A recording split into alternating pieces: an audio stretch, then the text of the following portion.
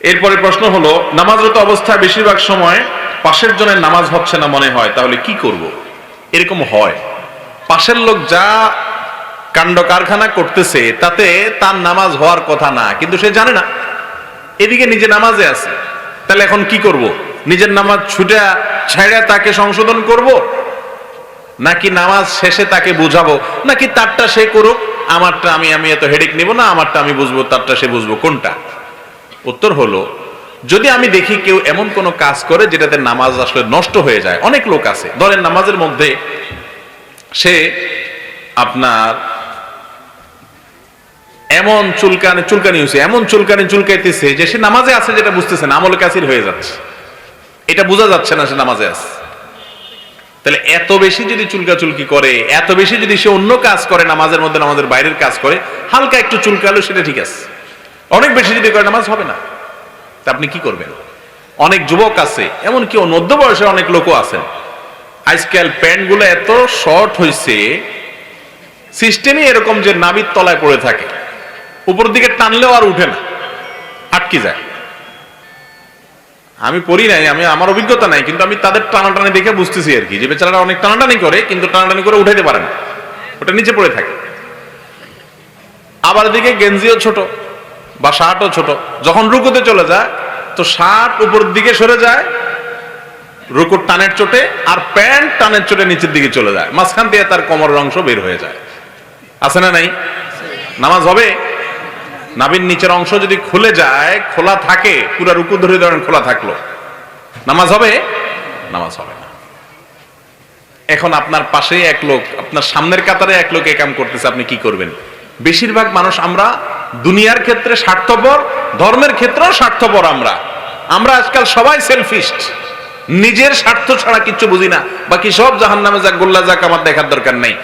এই মানসিকতা কখনো কোনো মুসলমানের হতে পারে না। আদর্শ মুসলমান নিজেরটা ভাববে, আশপাশের লোকদেরটাও ভাববে, সবার উপকার করার চেষ্টা করবে।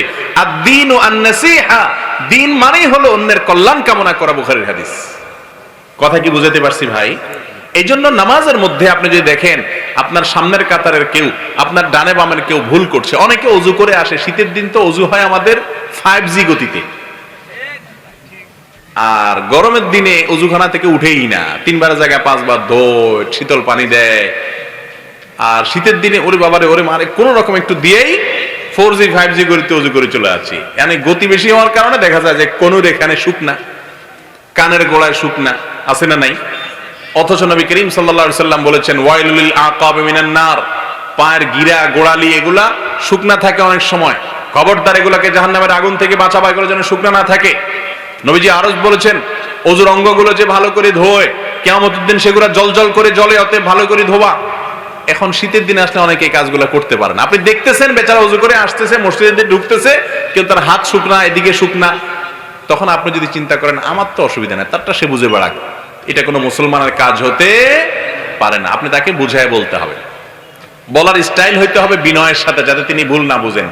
উল্টা পাল্টা যদি বলেন যে মিয়া কি অজু করছেন, 14 গোষ্ঠী জীবনে অজু শিখে নাই মনে হয়, তাহলে তো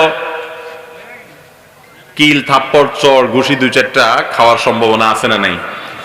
পরে আবার বলেন না যে মৌলবী তোমার কথা শুনে আমি মাইদ্দুর খাইছি, উল্টা পাল্টা সিস্টেম করে এরপরে মাইদ্দুর খেয়ে আমার দোষ দিবেন না।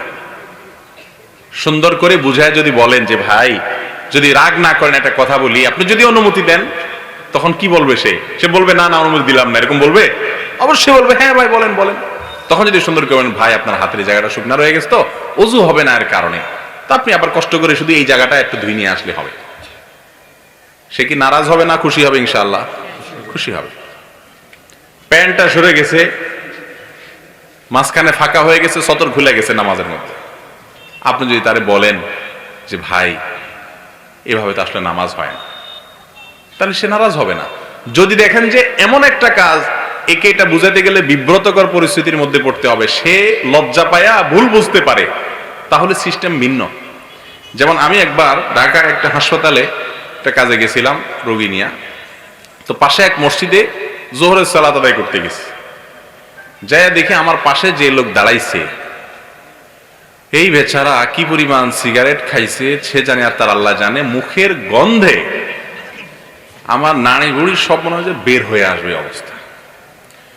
কতক্ষণ নিঃশ্বাস আটকে রাখা যায়, অনেক মারাত্মক গন্ধ, আবার দিকে গায়ে ঘামের গন্ধে বাজে একটা অবস্থা। মানে নামাজ না থাকলে আমি পালায়া দৌড় দিতাম। বহুত কষ্টে ফরজ সালাতটা শেষ করে সালাম ফিরে চিন্তা করলাম, এরে যদি আমি এটা বলতে যাই, সে মনে করবে যে হুজুর মানুষ বাপসাপ দৌড়তে আসছে, আমি গরিব মানুষ, আমার গামের গন্ধ ওনার কষ্ট হয়েছে, উল্টা বুঝবে হয়তো। এই জন্য তাড়াতাড়ি করে খাতা কলম বের করে, পকেটে একটা কাগজ আর কলম বের করে লিখলাম, ভাই নবীজি সাল্লাল্লাহু আলাইহি সাল্লাম কাঁচা পেঁয়াজ খেয়ে মসজিদে আসতে নিষেধ করছেন, কারণ তিনি বলেছেন তাতাআজ্জাল মালাইকাতু বিমা ইয়াতাআজ্জা বিহি বনু আদম, মানুষের যেসব জিনিসে কষ্ট হয় ফেরেশতাদেরও সেগুলোতে কষ্ট হয়, দুর্গন্ধে মানুষের কষ্ট হয়, ফেরেশতাদের কষ্ট হয়। এই জন্য মসজিদে আসার আগে কাঁচা পেঁয়াজ খেয়ে আসবো না, মুখের গন্ধ থাকে, ফেরেশতার কষ্ট হয়। আপনার গায়ে অনেক গন্ধ পাই, একটু আতর টাতর রাখবেন, একটু চেষ্টা করবেন গন্ধ দূর করার, মুখটা পরিষ্কার করে আসবেন যাতে গন্ধ না হয়, না হলে আল্লাহর ফেরেশতারা কষ্ট পায়, মানুষও কষ্ট পায়, আপনার গুনাহ হবে।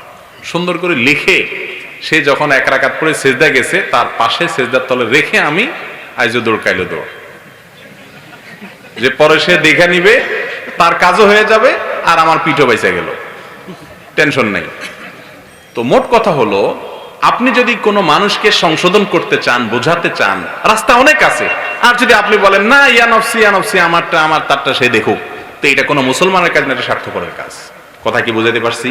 অতএব যদি কেউ আশেপাশে সালাত আদায় করতে গিয়ে ভুলভাল কিছু করে, তাহলে সেক্ষেত্রে তাকে যথাসম্ভব বুঝাই দিবেন এবং সংশোধন করবেন। আল্লাহ আমাদের তৌফিক দান করুন।